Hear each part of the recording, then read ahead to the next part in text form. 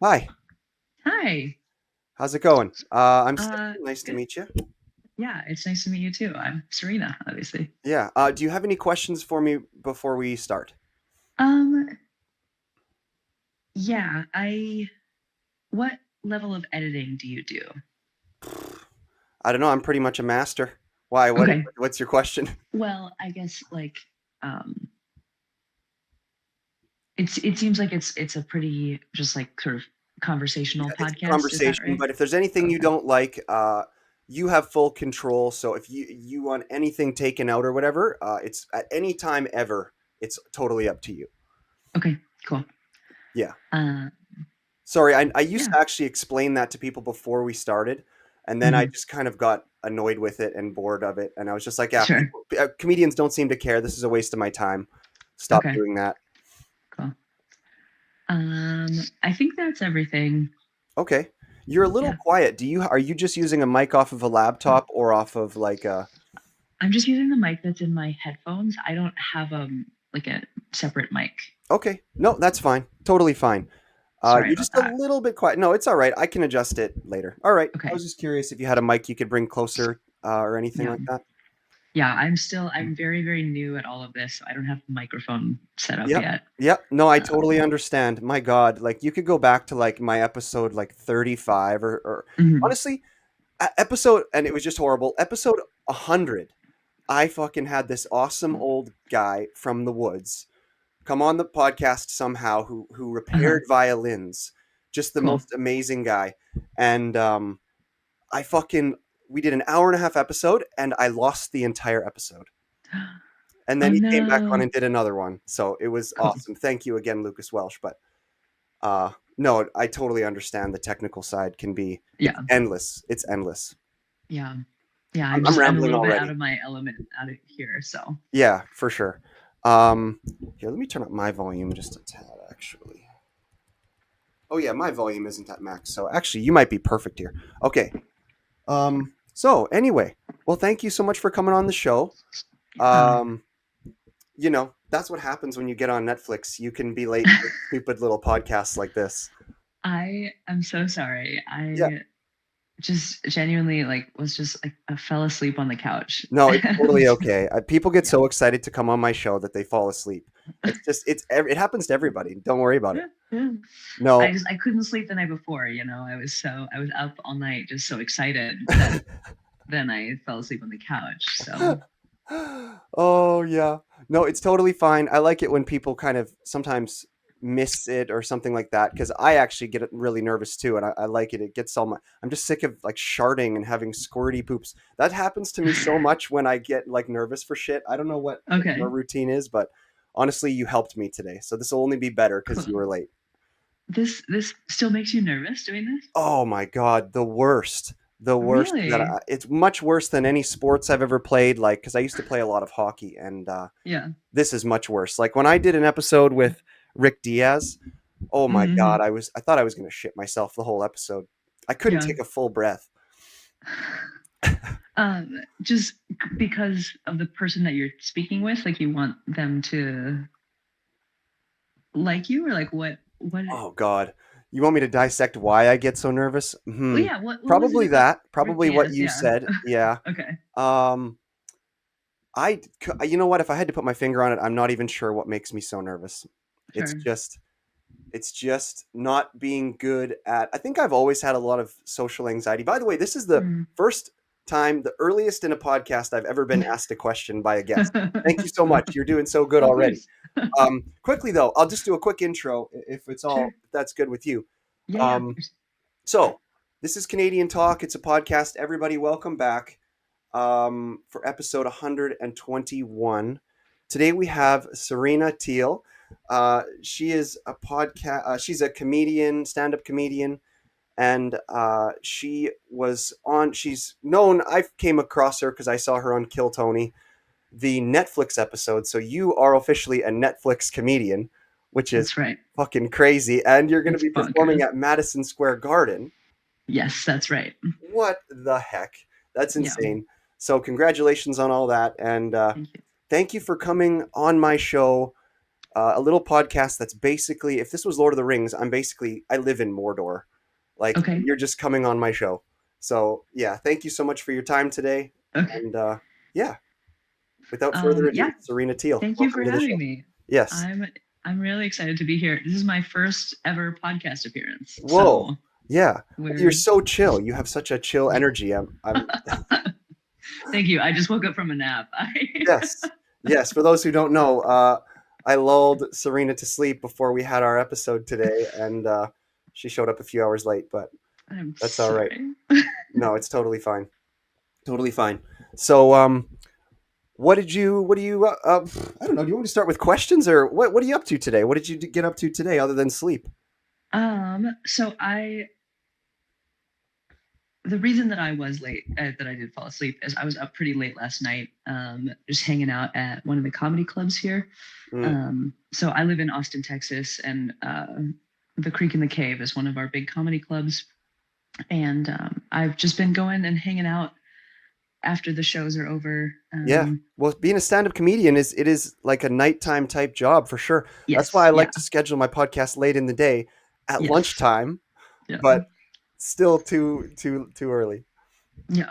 Yeah. Hold Oh, on and one by second. the I'm gonna way, close the door. oh, okay.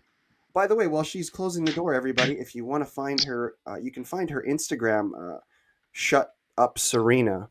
That's right. That's her Shut up, Instagram. You can Serena. go find her there. And there's a dot in between each word, by the way, but I think it'll come up either way. And then you know what else? I Yes. was looking around a little bit, Oh no. and do you have old? You're on YouTube, right? I also recently found those old YouTube videos. When I was in high school, Oh like yeah, yeah, like I was like 15 when I made those, and they are. It was around the time that vlogging was becoming really popular, and among my group of friends, we were into like the Vlog Brothers and like Zay Frank, like early YouTubers. And I was like, oh, I can be a YouTuber. Knew nothing about editing, knew nothing about capturing good or interesting video. Um, had nothing going on. wow, So yes, impressive confidence. I know, and I just posted them, and they have sat unwatched for 15 years. Yeah. And Yeah, that's great. um, That's a funny thing. Don't delete them too quickly, or make sure that you get YouTube Premium and upload or download them so you don't okay, lose them before you delete them. Uh, okay, God, I'd have to say, what's the only thing I've posted on YouTube ever before I started doing this?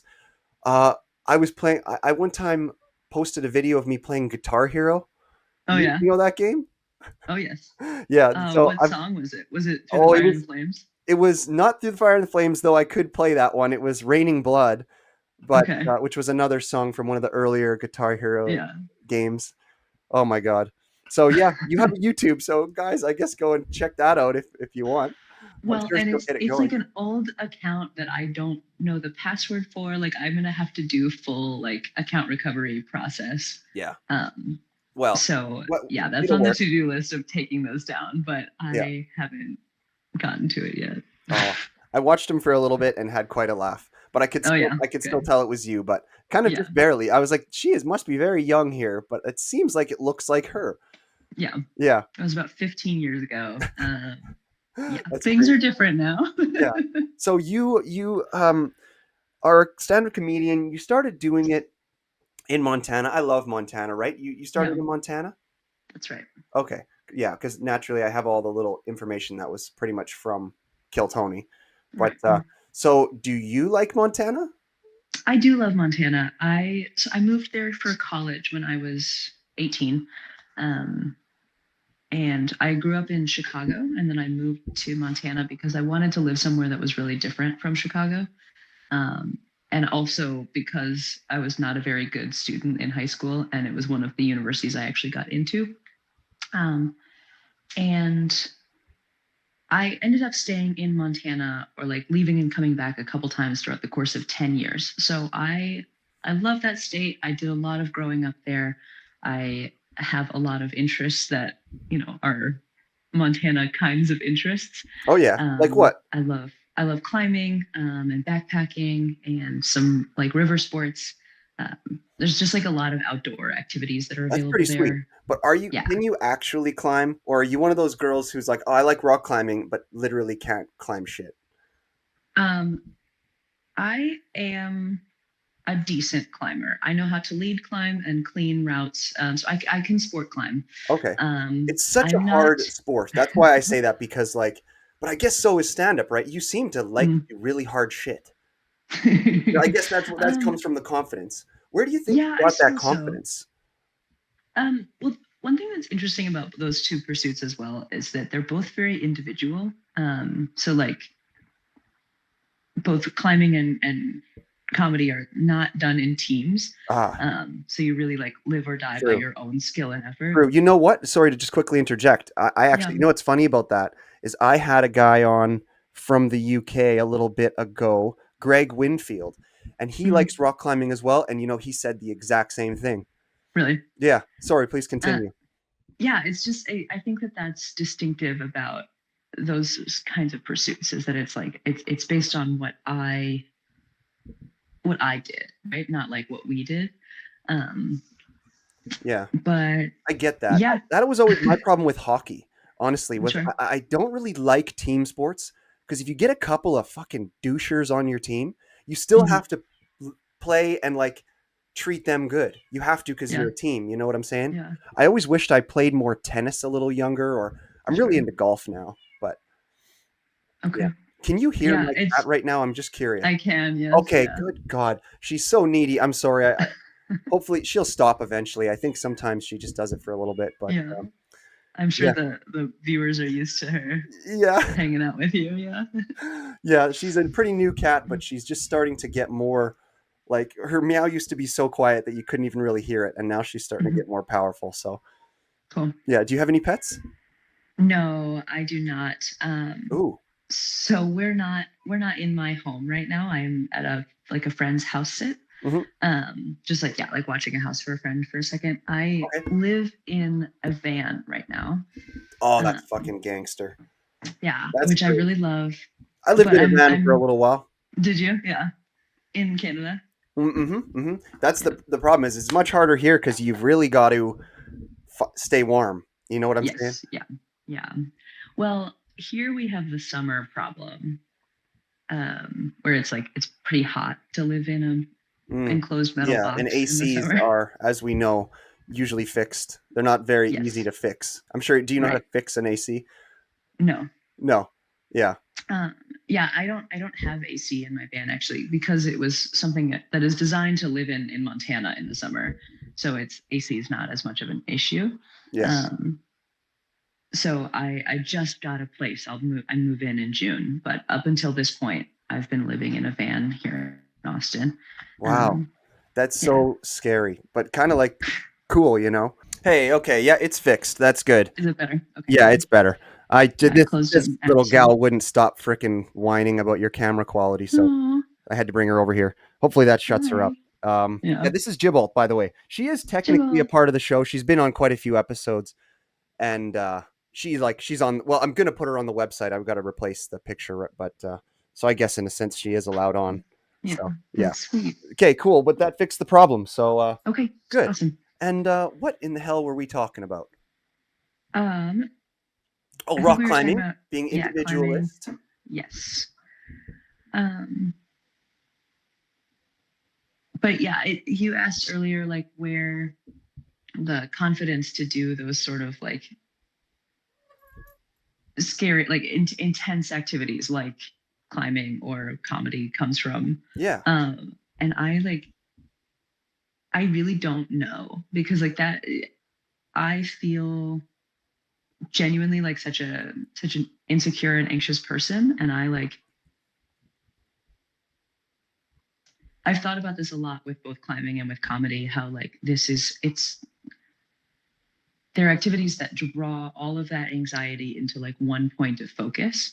yeah. Um, Do you think that the activities are proving you right in your low self-esteem feelings, or do you feel that the activities are so hmm, difficult that when you do them, you feel that there's a genuine feeling of, oh no, I can do stuff. You know, I am sure. good at stuff. Which do you think it is? I think that I've definitely had experiences of both. Um, yeah, like some of the best moments of like proving to myself that I can be good at something have come from working at a particular goal for a long time, right? And then finally succeeding at like a hard climb or something like that. For sure. Um, but also like all of the failure that leads up to that moment does confirm that I It's a am little bit of both. Yeah, yeah, bad at this, yeah, right? And so yeah, like I think that a lot of us, well, no, I should only speak for myself. I know that I have like this ideal version of myself who just is good at anything immediately. And that person that I want to be just like doesn't exist and will never exist because you have to learn how to do anything you want to do. Um, you can manifest it. You can get there. Especially with the well, confidence you've got, you can get there. I I'm suppose so. I feel you too Yeah. because I'm the same way. Again, I'm a perfectionist. I have an Mhm. idealist view of myself as well. Yeah. And I just like, I want to like pick up anything and just be able to do it, like just pick up the guitar and be able to strum. And that's just not how things work. Like everyone has to develop the skills that they demonstrate. Yeah. Um, For me, I've found. Sorry, I'm talking about. I just keep bringing it back to me because you're such a good talker. Uh, Bert Kreischerring this podcast a little bit. mm, Because it's like you feel like there's a lot to learn, but like let's say with the guitar, um, if you learn other musical stuff, it actually is super easy to kind of pick up a guitar. Like for me, sure. I found if you just kind of specialize at one thing, like you do with something really hard, you can end up being good at a lot of things really quick. Like because you do rock climbing, I bet if you were to pick up like wrestling, because it takes a lot of hand and arm strength, you'd be super good at it. Sure. I bet you, other things like that, other examples like that. Sure. Sure. Um, Mountain biking, I don't know, whatever. Yeah. Like I'm sure. So yeah, and like yeah, continue. Um, well, yeah, I guess like one way that comedy and climbing kind of lead into each other is that like confidence is a huge part of them and risk taking is a huge part of them. And deciding to trust yourself to make a risky like move on the wall or like make a joke that you don't know if it will land, like try new jokes and stuff, like Oh, those are best kind thing. of the same skill. And like what you're really doing is trusting yourself to recover if something goes wrong. And like Yeah, the skill, like the internal skill of like, I know I will be safe even if this doesn't, I don't like succeed, I don't pull this off. yeah. And I wonder that if I Michael think is Richards like felt like hard. that before he had his blow up. Michael Richards from Seinfeld. Yeah. I see what you're saying. Yeah, it was risky. Sorry, please continue. Maybe, yeah. But yeah, it's. Um, I think that skill is like that is what takes a lot of time to develop. Is that like ease and self trust? Yeah. I Um, like your analogy though about how it's something to you still feel safe. You feel like when you're practicing at something, it's the risk is making sure that you can recover. I think mhm, that's awesome. So yeah. let's say you go up and so let's talk about this a little bit. We're amazing. I've gotten through one point on my list, but so like the Madison Square Garden thing. Yeah. How do you cultivate the level to feel safe up there? Because what's that? Tell me what your thoughts are on that coming up. I am really, really intimidated. I'm scared. I am really excited. But I mean, it's going to be 19,500 people. Oh yeah, just a couple. It's a lot of people. It's Yeah, more people than I could ever imagine meeting. it's a Sunday Like barbecue. actually, Yeah, yeah. Oh, for sure. uh, Just a couple. yeah, just a few. Yeah, But like, it's a crazy amount of people to imagine. But also, I think that the reality will be that I will only be able to see like 200 of them realistically, like actually in front of me, which is still a lot of people to perform for, but it's like that's a manageable number to yeah, be actually physically looking at. for sure. Um, Yeah, and that and kind of always when I've heard bigger guys say that before too. Like Joe Rogan yeah, has said that before. yeah, yeah, And like what I mean, the biggest room I've ever done is like 250 people, and right. you can't see a thing. I don't think you'll be able to see a thing. honestly. Yeah. Yeah. Yeah. I have no, I mean, like, I barely remember going, like, looking at the crowd when I was in the mothership doing my original Kill Tony performance, because like that was the biggest crowd that I'd ever performed for, that 350 seats. And like thinking about that is like, now I'm going to be in front of so many more people, like such an like a Yeah. couple thousand-fold as many people. Yeah. Um, I have a question for you, if that's but okay. yeah, yeah, of Okay, course. so this one is so you're a kill. It'll be I can see what side you're going to be on it already because you're right at the beginning of it. You know, look at you. You got the Madison Square Garden. You've got a Netflix Mm-hmm, thing. mm-hmm. And I've been interviewing Kill Tony participants for about 6 years now. Okay, And you seem very smart. So I have a thank you. curious question for you because like I see the whole thing as a full circle now with a lot of people. And I'm curious, so do you think that Kill Tony ultimately, let's say, so on the Netflix episode, for example, there wasn't that many bucket pulls. You were like one of maybe six. I'm sure you've watched it like fucking 50 times. But you were one of maybe six bucket pulls. Of course, you were the Uh-huh. only woman bucket pulled. Right. And so, but the idea of Kill Tony and what they do with their participants or their bucket pulls, do you think that it's ultimately ridicule, like roast, or do you think Mm, that ultimately it truly is to promote people? Like there's the regulars, there's the regular shows with sure. William and those guys, and but with different people, there's all these different results, and years down the road, you end up looking back at it, and it has a strangely different lens. I'm curious Mm-hmm. what your take is on that so far as to like what Kill Tony is it ultimately good or ultimately bad for people's career? That kind of generally is my question here, but take it Yeah, wherever you want. so my perspective, I'm not like a huge Kill Tony like viewer. I didn't come here to be on Kill Tony. That wasn't like a big part of my goal or strategy in being in Austin for comedy. Yeah. Um, and for the first few months that I was here, I wasn't even signing up. Um, so the Netflix episode, the episode I was pulled for, was only my second time even trying to get on the show. Wow. Um, and so I'm not like a huge devotee of like what Kill Tony is all about. But from my perspective, it seems like the energy that people walk out on stage with really determines the treatment that they get from the panel, just based on like kind of what I've seen. And I Yeah. could be wrong about this. I'm not an expert, but It's very if people cutthroat. walk out and they are like, they come across entitled, or like they want to they want to like not participate in the game that the show is, um, then that is when they sort of draw the wrath, it seems to me. For sure. um, and a lot of people have told me that what Tony sort of responded to in me was that I was very like very genuine, and also very like just surprised to be, be there, and like very very humble and like laid back. For sure. um, For sure. I and think that's accurate for sure. yeah, and I've seen clips of people who like sort of come out with an attitude of like, I'm great and what are you going to give me, and Yeah. it doesn't go well for them. Yeah. um That or you'll have like veterans going on there, right?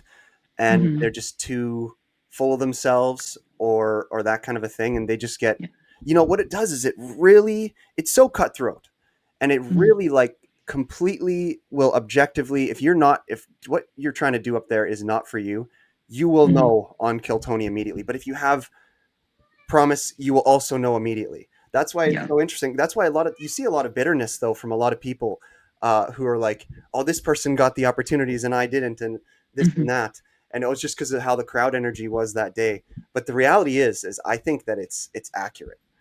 You yeah. know? I mean, yeah, it's you know it,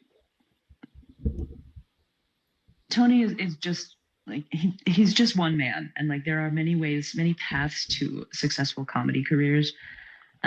But I think that like you have to realize that the game of what is happening on stage is that you try to do a good minute, and then like Tony and the panel are the stars of the show from that point. Like it is their job then to make jokes. And Yeah. so people who are Turn it into a get podcast. pissed. Well, people who get pissed when Tony's making fun of them, even after they did well, it's like, that's what we're doing here. This is the game that we're playing. And you Yeah. agreed to play this game, and now you're sour about the rules. Yeah. It's Um, like Venom, in Spider-Man, like how Venom is like a sure. combination of two things. They're trying to pull the evil of the recited nature of stand-up, and they're trying to make it look, a little bit like Spider-Man, because they're turning Sure. it into a podcast, which Yeah. is much more pure. That's the whole thing, is that it's the podcast style is so pure because Mhm. it's just, who are you? Tell me the most interesting thing about you, Yeah. and that part is so pure. Which do you like, podcasting or stand up more? I know this is your first podcast, but do you consume Yeah. them much? Kill Tony aside, because you said you're kind of a minor fan of that. What, Sure. what do you watch?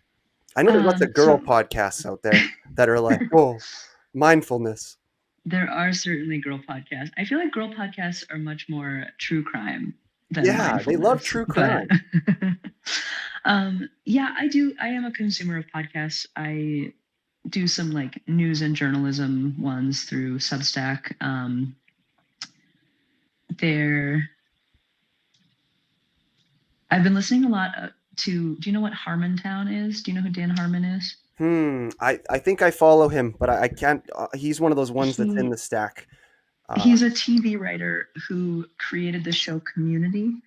oh my god, I Um, love that show. Okay. yeah, he back in the day he used to do like a weekly live show in Los Angeles from like 2013 to 2019 or something like that. And they started recording their episodes, and it's a recorded stage performance, but it's him like talking about just kind of what's going on in his life, but also like it's as he's writing the fifth season of Community is where I am in the show Yeah. right now. You know what's Um, super interesting about Community? As I mm, just continue to think about it more, yeah. every I and I'll put myself out there for this one. I kind of dislike every guy on that show. Like Childish Gambino, Hmm. I kind of like his raps, but like as an actor, I'm upset it made him so famous. And Hmm. then like there's the main character. Do you know his name off the top of your head? What, that comedian? The white guy, Joel McHale. Joel McHale. I don't Yeah. much love him, but then all the Okay. girls in that show are the best. Like that, the brunette and the blonde girl there are the Allison best. Brie. Yeah. Yeah, they're so funny. They're so awesome. The girls really made that show good, which is Hmm. interesting. Um, yeah. I don't know much about like Joel McHale's comedy career separately, but I really enjoy all of the characters on that show. Yeah, I think that they're each like sort of a separate part of yeah, a whole person's yeah, psychology, you yeah. know? And that old guy was on it too. That died. I forget his name, but Chevy Chase? yeah, Chevy Chase. Did he die yet or no? I don't think Chevy Chase died. Oh, okay. Okay. You know what you got to watch for the Joel McHale thing is Bert Kreischer. He's got a show called The Cabin on Netflix. Okay. The episode with Joel McHale, and he brings on that blonde girl. I don't know her name, but it is, Okay. and Miss Pat. She's like Miss a, Pat. Miss Pat. She's kind of a larger black woman, stand-up Okay. comedian. You've got to go and watch that episode of The Cabin. It's very funny Okay. because Miss Pat and the blonde girl, oh god, her name just shot across my head, but I didn't grab it. Gillian Welch. They get into like an argument Uh, on the episode of The Cabin. They left it all in, and it's very funny. They don't like cool. each other very much, and oh god, so yeah, go and watch that episode. Okay, Yeah, cool. yeah, Yeah, I'll check it out. yeah. So Um, what were we talking but about? yeah, so the creator of Community has this podcast that he like Yeah. released. So I've been listening to back episodes of that Hmm. most recently. Um, What does he talk about? I he talks a lot about like the process of writing. Like he's just kind of talking about what's going on in his life. And so where I am right now, they're writing the fifth season of Community, and so he's talking about being in the writer's room, but also what it feels like when a story like occurs to him. Oh, wow. Um, So the episodes and are kind of old, so and they are recorded yes, while he was writing the show. yes, that's That's right. so cool. Yeah, and it's a really fun format. And then they have like sort of special guests, like Kumail Nanjiani's on it a lot. An improviser named Jeff Davis co-hosts the show with him. Um, and yeah, these are friends who've like known each other for a long time, and they have a lot of good chemistry.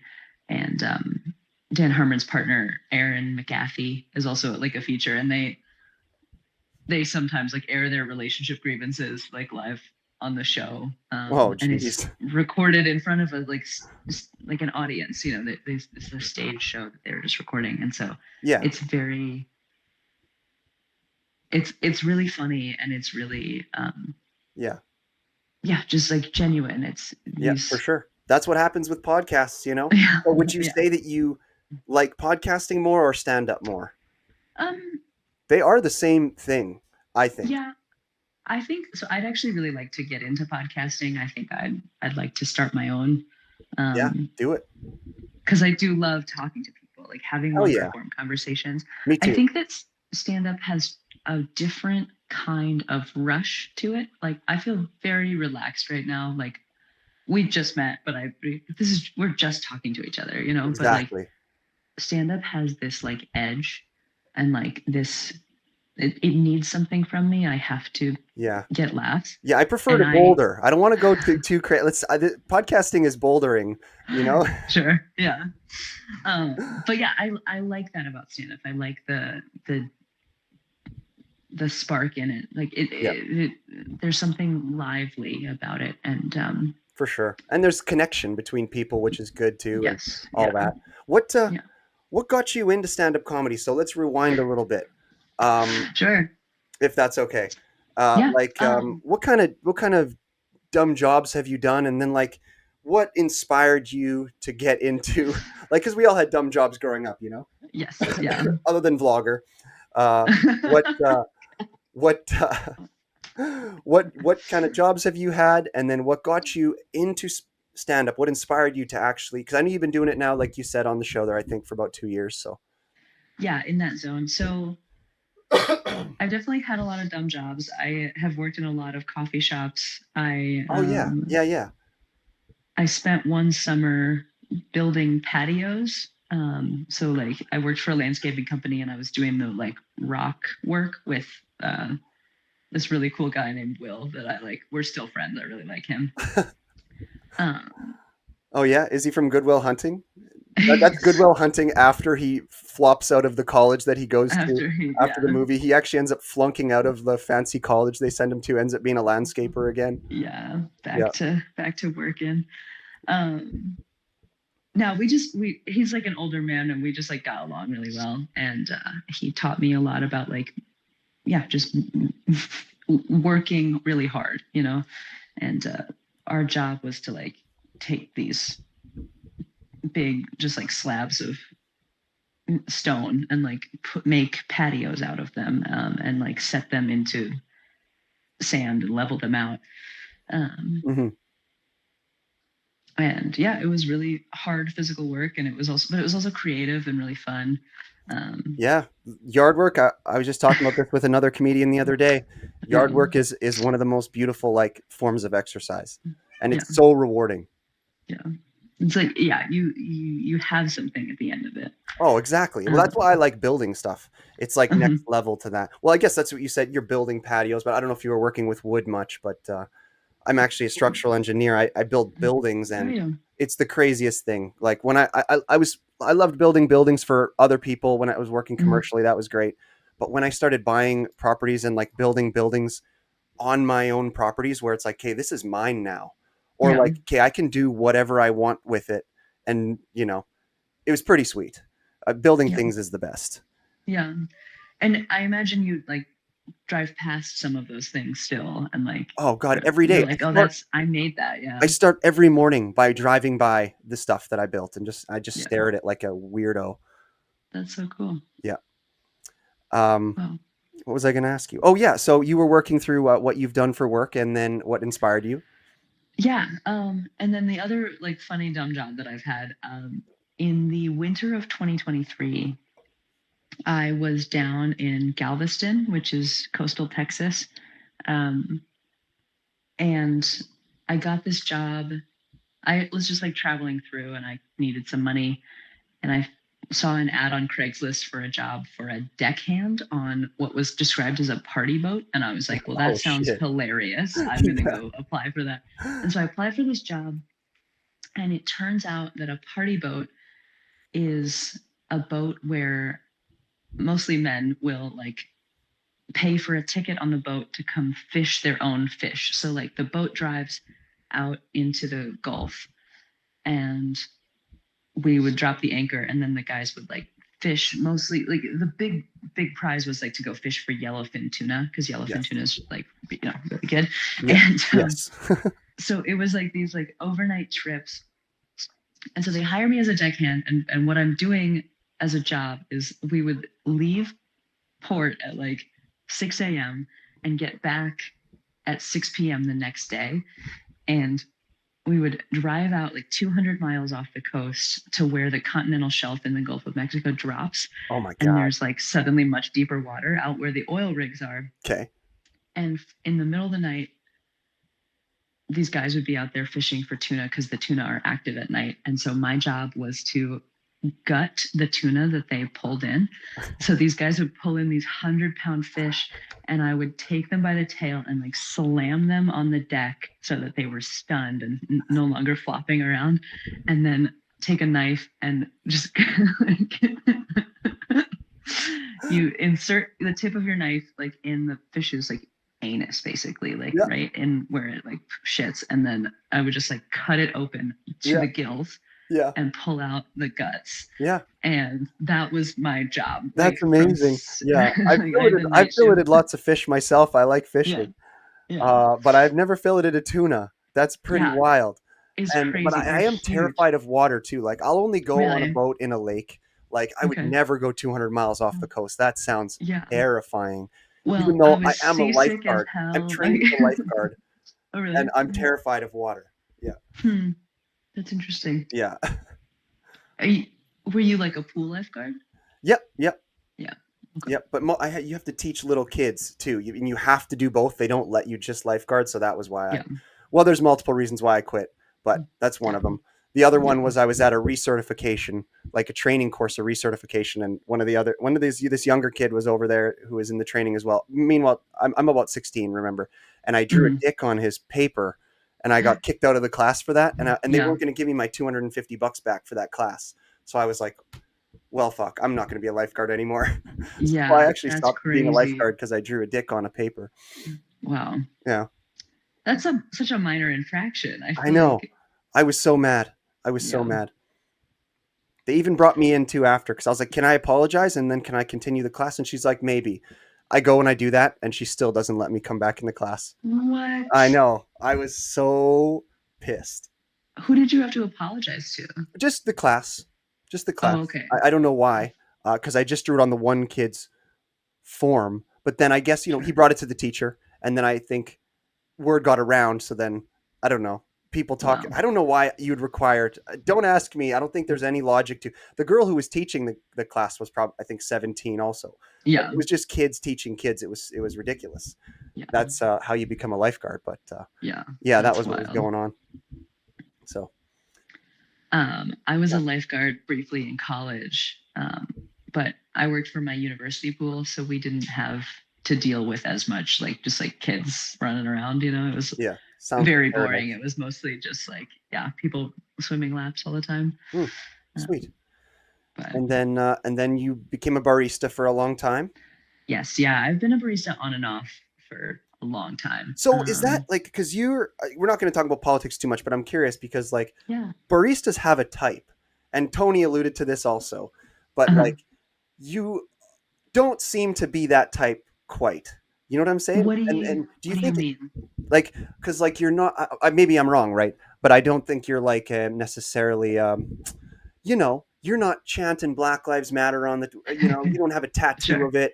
You know, Super you don't. progressive Okay, and what am I doing here? I'm yeah. describing a typical barista that is hateable. Uh-huh. Okay, so like you don't have you don't think men are evil. You know what I'm saying? Sure. You Yeah. know, you don't think that maybe you don't think Trump is like, I don't know, whatever, just like that Mhm. kind of shit.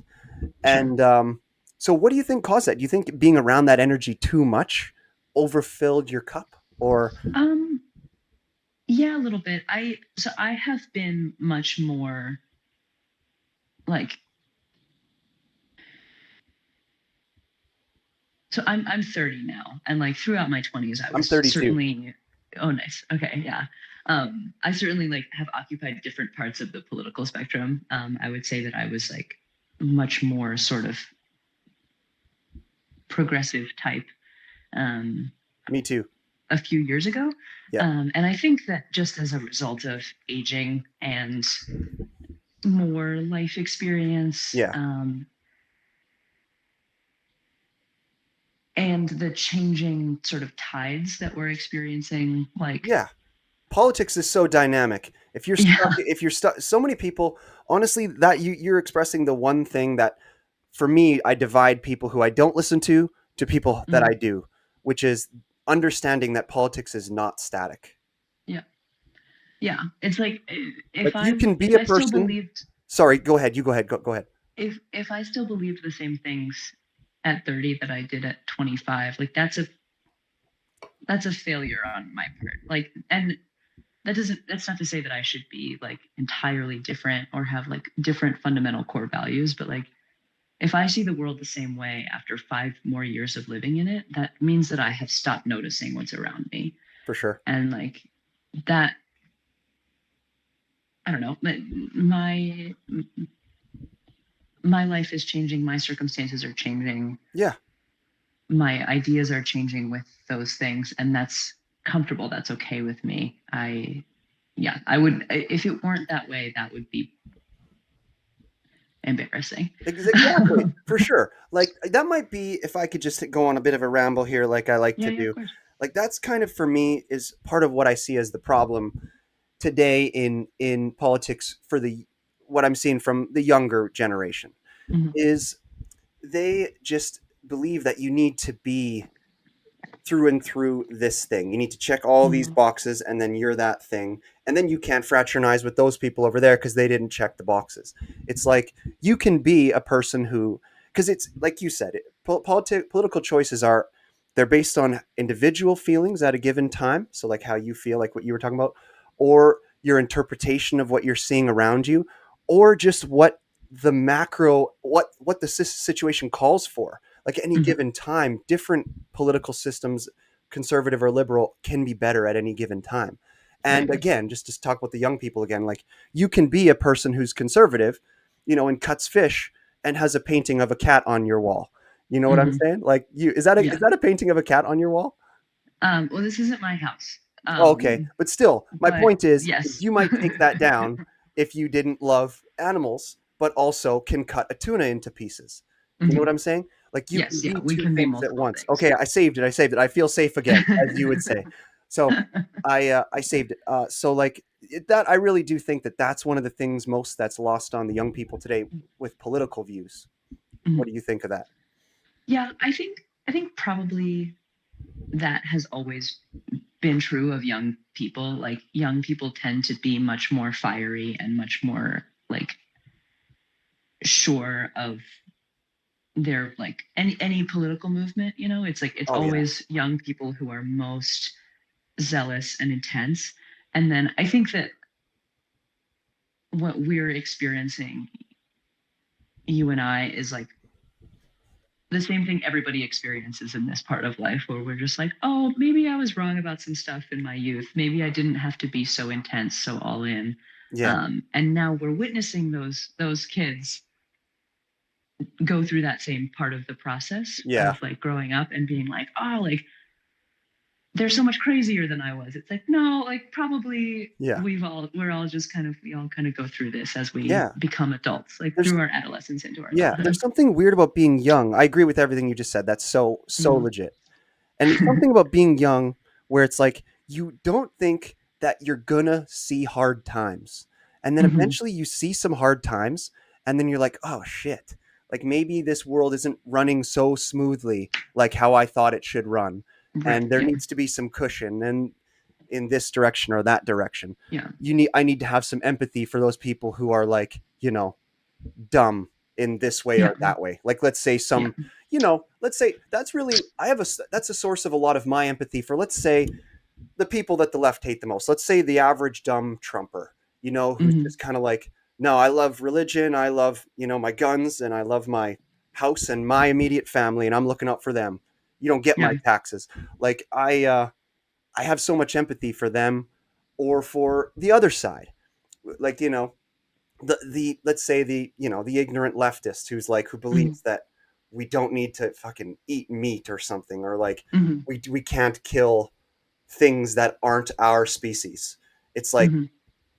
oh, that's so. I kind of forgot what I was talking about, but I was just saying some shit. You feel me on that?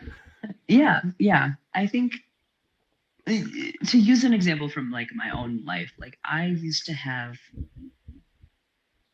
like kind of a lot of disdain for like religious people. Yeah, Like I me was too. like, oh, that's so stupid. That's so like how can you live in this modern world and believe that? Yes, And the older I get, the more I'm like, I have no basis to believe that I know any better than anyone else. Like it's exactly, exactly. um, Can I that. cut in real quick? Yeah, yeah, I'm gonna sure. take this really real because I love what you just said. Like Mm, honestly, I was the same way about the religious part, and like where the source of mine was too is because I was like, because I was raised by two women, two mm, like lesbians, and okay, so I was like, okay, this religion says you got to kill them. I was like, that's my sure, parents. You know what I right. mean? And I was like, fuck. So I was like, fuck religion. It's got to be bad. It's got to be dumb. And Yeah. then, like I said before, though, my same proof from before is just that, like, then you live a little bit and you realize, oh, okay, yes, there's some things that you don't have to take the whole book at its word.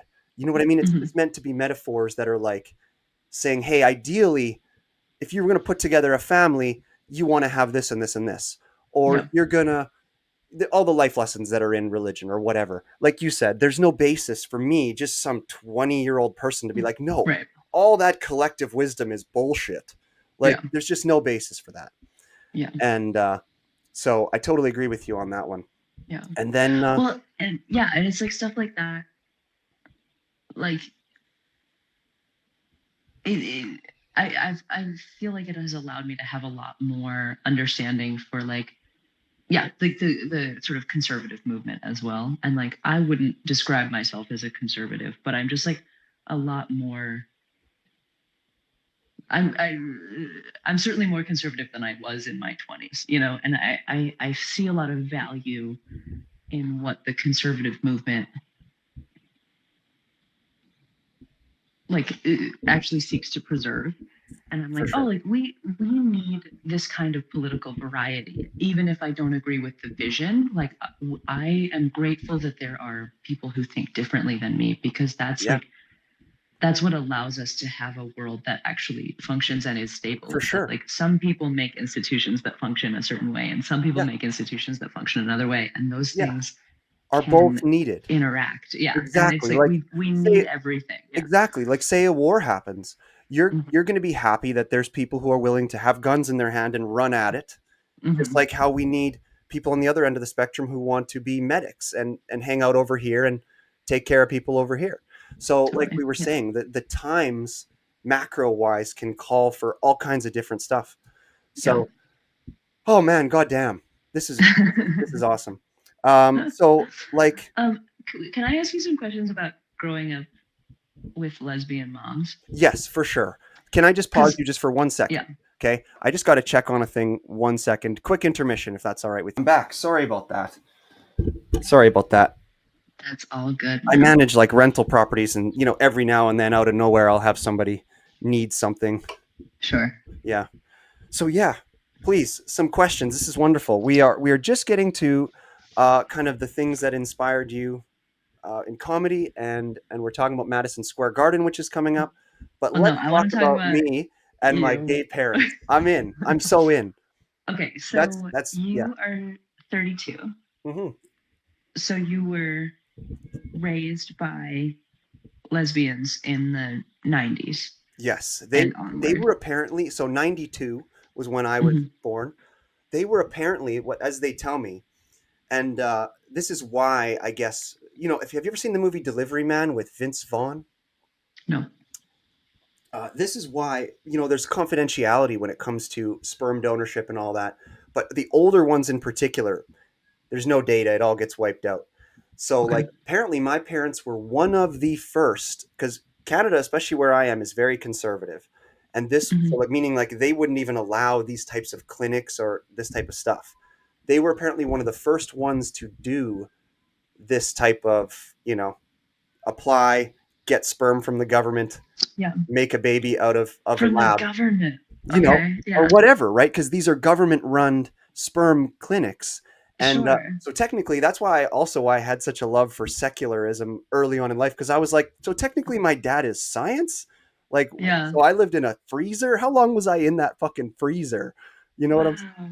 Yeah. So you have no, do you have any idea who your like biological father is? Wow. No, no, Okay. never. All I know is Do that you, it was in medical school, and okay. that's all I know about him. Yeah, Needed some money. that's all the information they got. So do you feel like being raised by two women? Because you strike me as like a very just like classic dude. Yeah, bro, And you were like gonna say, bro, I could see it. like I wouldn't have like guessed like looking at you like it pick you out of a lineup as someone who was raised by two women. So like I'm where did your like masculine influences come from? Do you feel like you needed them? Yeah, Like I yeah. overcompensated a lot. I didn't have much of that. Just maybe Okay. kind of like your barista stuff. Like I was around women so much that my initial leaning was towards everything masculine, and I valued Uh-huh. everything masculine much more than everything feminine Sure. early on. And it was, yeah, it was an interesting upbringing for sure. If I had to really put my finger on it, honestly, though, and as an older person now, I look back on it and I'm a little bit ashamed of it. But Mm, as a kid, and this is what was weird about it, right? Because if you're looking for the overarching message here, like kind of like, how did I feel about it? How was it? There was a lot of embarrassment. I mhm. just remember growing up feeling a lot of embarrassment, like, um, even though I didn't understand what being gay was or anything like that when I was at that age, I was embarrassed of my parents, and I don't know Yeah. why. I would try to not go places, even when I was like 6, 7 years old. My God, this fucking cat. I'm sorry, just a second. Let Yeah. me open this door.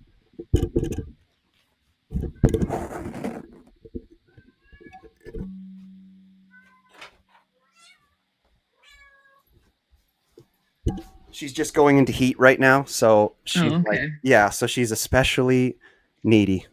Yes. Okay, Yeah. here we are. And so yeah, that was the overarching feeling a lot for me. And so, and I originally blamed other people. I was Hmm. like, that's not their fault. That's the other people's fault. But then I don't know, I'm more in the middle now where I'm like, I understand why other people would be like hesitant to, let's say, want their kids to be friends with me. You know Sure. what I'm saying? You just have to accept it, sort of like, I'm not gay. So if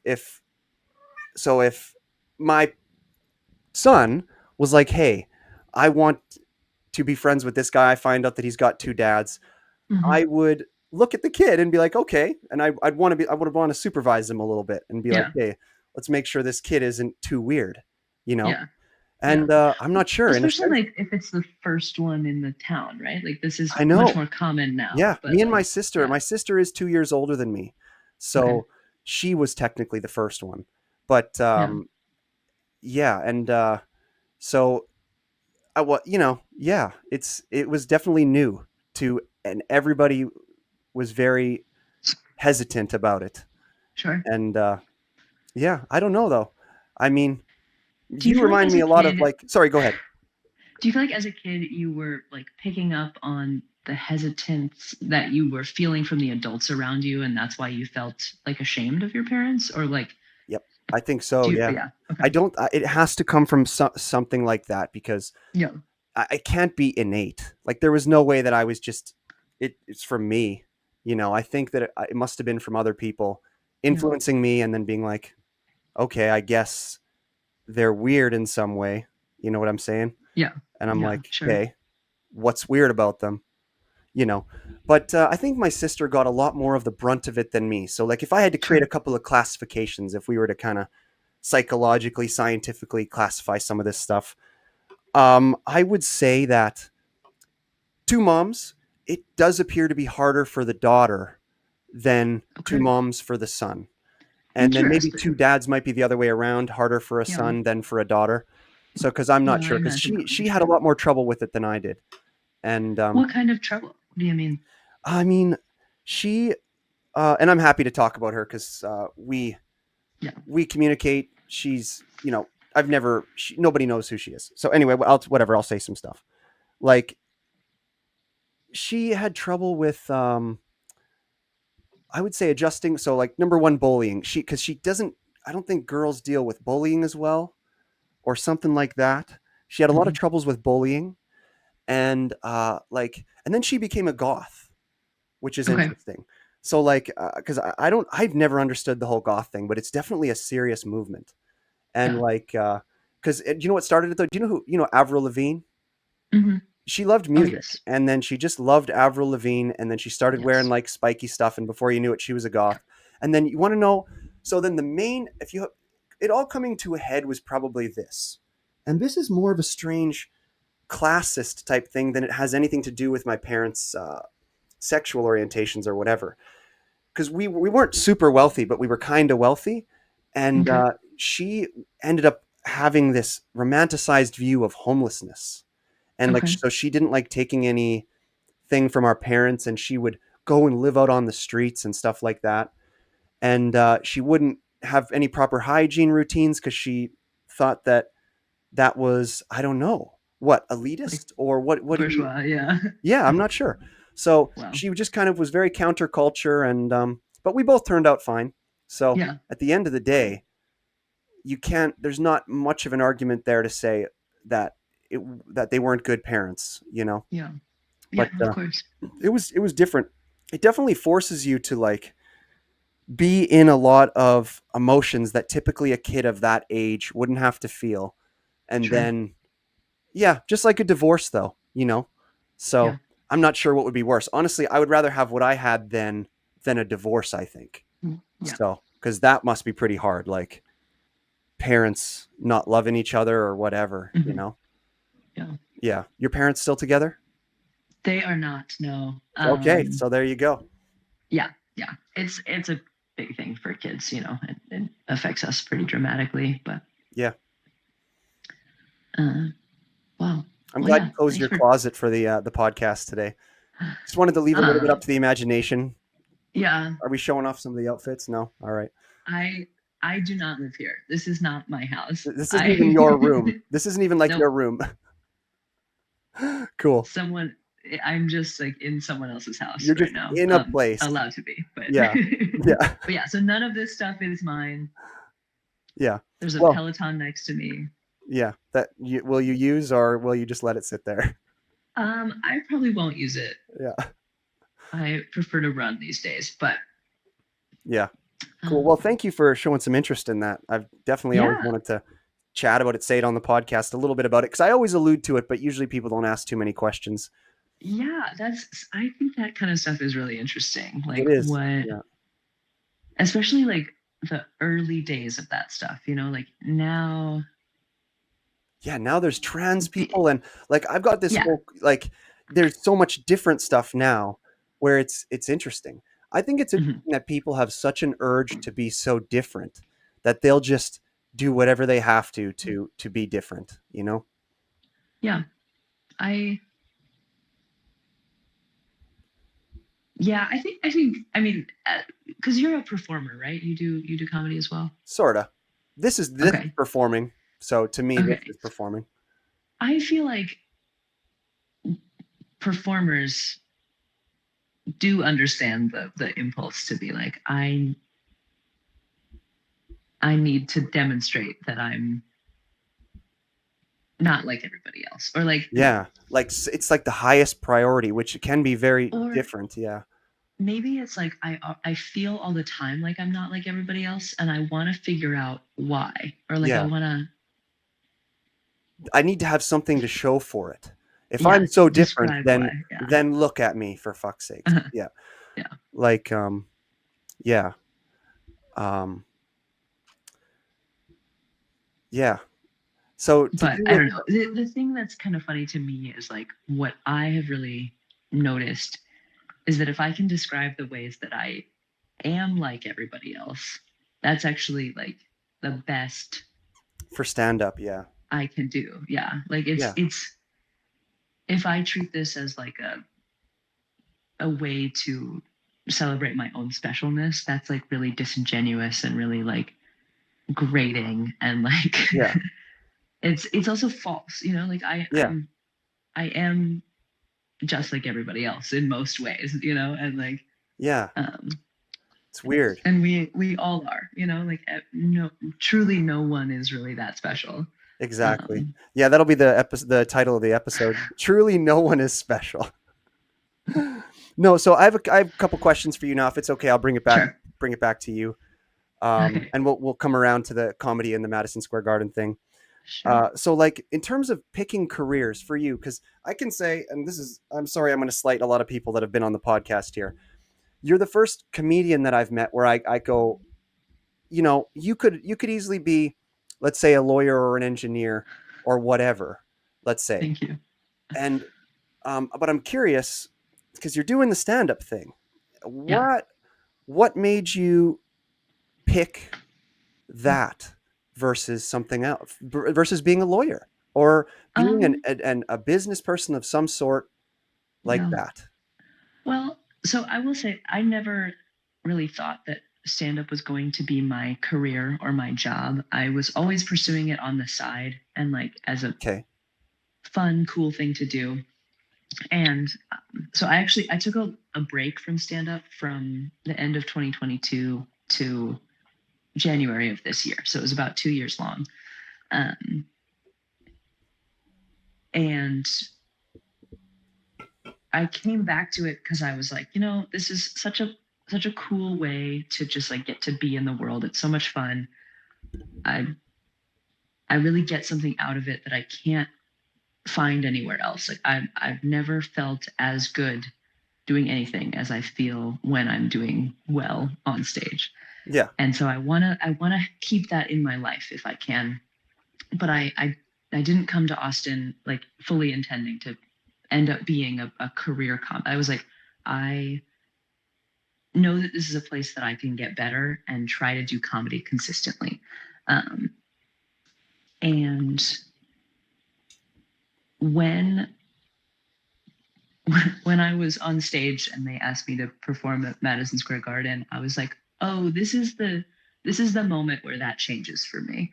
Like I got off stage and I was like, I think that my life is different now. I think that I am going to reorient my life to pursuing a career in stand-up comedy. A real like this will be my life, my drive, my job. Um, and it will take me a couple years to get there, but like I that this is now what I am aiming towards. Um, so yeah, this has been like a fairly recent shift and a big surprise to me. Um, but it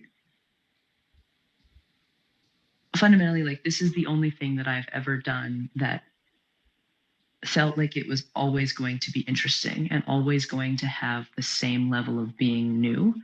Um, and I'm only a couple of years in, so I don't know if that's going to stay true. But like everything else I have tried, I just sort of feel like I can see where the end of it is. I can see where it caps out and stops being dynamic. And Yeah. this is Yeah. like the only thing I've done that hasn't felt like that. And Hmm. Awesome. so I actually have a philosophy degree, and always have made the joke that eventually someday I will give up and go to law school. Um, just like because a lot of people with philosophy degrees end up doing that, and Yeah. like I'm always like, that's if I stop living a life I'm like super interested in, then I guess I could go be a lawyer. And like Yeah.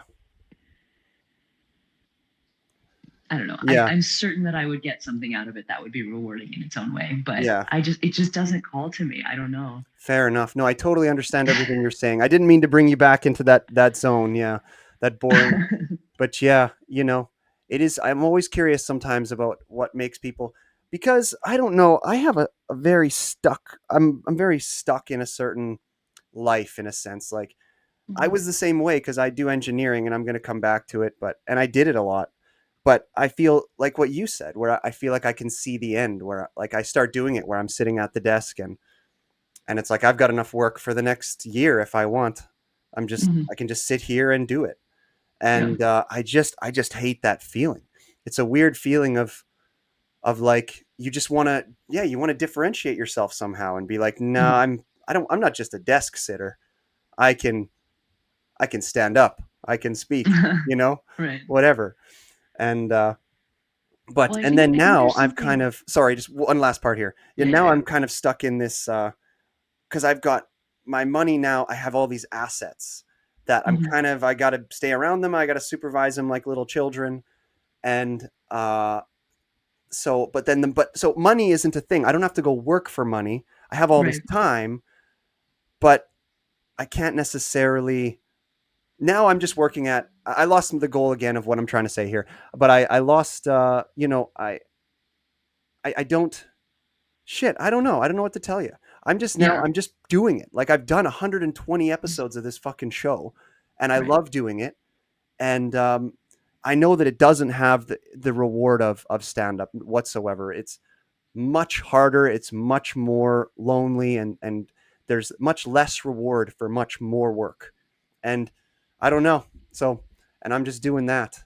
I Yeah. mean, so I guess does that? Yeah, I guess there's no goal. We neither of us really have an end goal. Hey, we're just like, hey, Yeah. how does this feel over here? How does this Yeah. feel? Yeah. Well, yeah. Yeah. I the thing about comedy to me is that like you always have to stay at this like kind of edge where it's like you're only as good as the next thing that you do, which is like very intimidating. And it's like Hmm. it means that you never get to be done. Like um For sure. but it's not like other art forms where you can show the same paintings in a gallery for the next 30 years, right? Like you have to write new jokes and Yeah, you for have to sure. write new jokes that are honest and from your new perspective, like, and Yeah. take into account the changing like Yeah. circumstances and experiences of your Yeah. life. And like you have to stay dropped into that place. You have to stay like present. Yeah. Even if you do impressions, I feel like back in the day, maybe impressions were a little easier, where you could just Yeah. kind of be a little repetitive. But now the guys who do the impressions are so high level that they're Yeah. coming up with new shticks and new things within the characters that they play. And it's like, Yeah. okay, you can't even, set up your nest over there Yeah. anymore. Yeah, it is a very dynamic thing. Uh, but I mean, that's what we love about it, isn't it? Yeah. You Well, know? and it's like there's always the fear of like, are we going to run out of jokes? Like, are you going to run out of things to joke about? And it's like, so far, no, but Yeah. like, Yeah, the thing is you do. I feel like we all do, but it's like I guess that's if you fall into your shtick, where it's like, okay, these are the things that I have to write about. This is what my audience wants, because you worked right. so hard and so long to find your audience, and then once you're there, you don't want to dissatisfy them, which can be a Hmm. little bit of a problem sometimes. Yeah. Yeah. Yeah. Yeah. I don't know. I mean, really anything about that.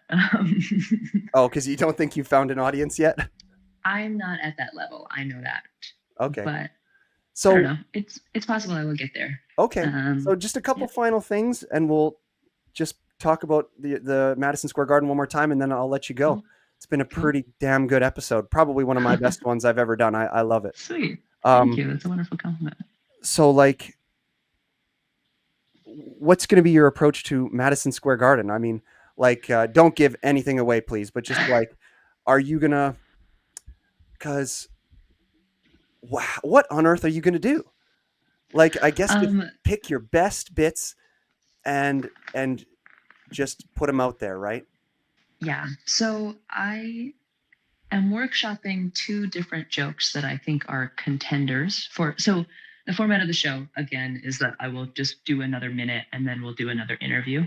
Yep. Um, but I don't know where I will be in terms of the lineup because I'm an invitee, not a bucket pull. I don't know how that's all going to go, but Yeah.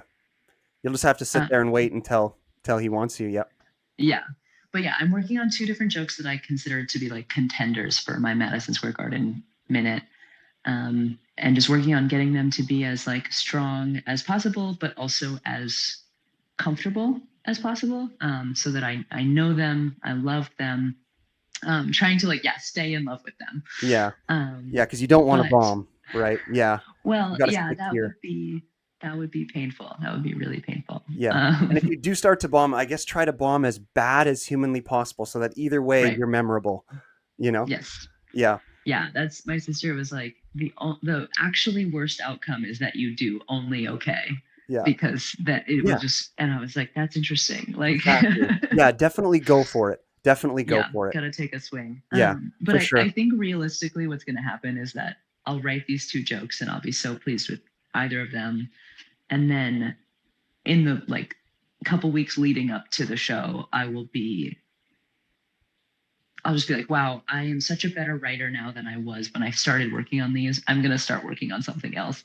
And I will probably end up doing something that's only a few weeks, old. Old. Yeah. Um, but I am getting a lot more comedy opportunities now, Cool. getting access to way more shows. Nice. Because people, this is the kind of thing that changes your circumstances in Yeah. comedy. For sure. And I've also just been here longer now, so I know more people to reach Yeah. out to and stuff. Yeah, I've been seeing your followers on Instagram. They've just been, I think, pretty much climbing pretty fast, and because that Yeah. Netflix thing is going to stick around, and I think you're going to Mhm. get consistent traction and new people coming to you from that. So again, Yeah. just congratulations so much on that. Thank you. Thank you so much for coming on my show today. Yeah, my Everybody, pleasure. again, watch for her on Kill Tony. She will probably be on the next Madison Square Garden show for them. Go to her Yes. Instagram, Shut Up Serena. I'm sure she'll have a YouTube or something soon and a website. Go check those out Yeah. and go to her shows if she's near you. Okay. Yeah. Yeah. So thanks Yeah. so much for coming on my show today, Serena. All right, Stephan. Thank you so All right. much for having me. Yeah. Yeah, this was Okay. great. I That's appreciate it. Canadian talk, everybody. That's Canadian talk.